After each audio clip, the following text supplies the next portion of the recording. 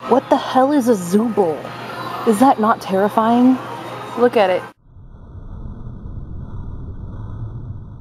That's terrifying.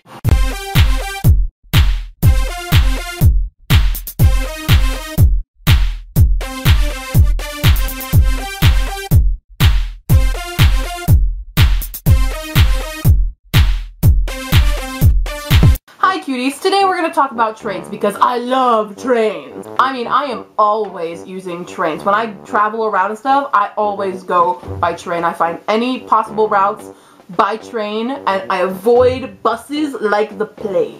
I don't know if you can quote me on this, but I think in the Bibli somewhere, they say that buses are the devil, so I'm just gonna hold true to that one. But I use any kind of train that I can, whether it's local, express, or the bullet train, Shinkansen, woo-woo! Yeah, I get a little excited about trains sometimes. But that's because a lot of interesting things happen to me on trains. I'm talking about the times when crazy old men try to teach me words in their native region, or they'll try to teach me the accent of that region, or when crazy old ladies decide we're going to have a fun little tea party chat time and give me all the snacks that they're carrying as omiyage for their families, or time when a little tiny chibi wants to just use as much English as possible to talk to me even though it makes no sense, or when a Yakuza decides that I'm his new best friend and he needs to tell me about all the cool parts of Osaka. Ah, good times, good times. But then there are times that are really awkward. And I'm not talking about the times where, you know, I'm lip syncing to whatever's on my iPod and people stare at me, alright? I'm used to that one. The one I'm talking about is about sleeping. Japanese people seem to be trained to sleep on trains. Every time that I'm on one, no matter what time of day, someone is sleeping on the train. Usually they sit there with their head kind of slouched over and they kind of just, you know, sway with the train. Or sometimes they sleep, well, yeah, like that. But the awkward part is not seeing all the sleeping zombies, it's when they fall asleep on you. This happens all too often.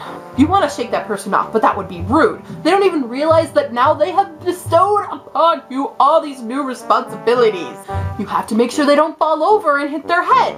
You have to be careful of their belongings. You have to update their mixie status to I'm sleeping on some foreigner on the train. Woohoo! Well, maybe you don't have to do the last one. BD Dubs, Mixie is the Japanese Facebook. But now, you're all worried about getting off of the train.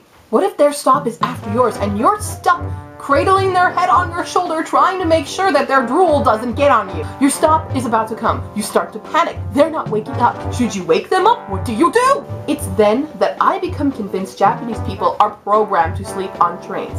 As soon as the train gets to their stop, they magically wake up and leave as if the last 20 minutes of foreigner nap time didn't just happen. And then I miss my stop because I am just too mesmerized by their innate ability to do this. Trains. I don't know how they do this, cuties. You have any idea? Leave them in the comments below. See you until next time, cuties. But if you can't wait until then, go ahead and check me out on Facebook, Tumblr, and Twitter. Links in the doobly-doo. Bye, cuties!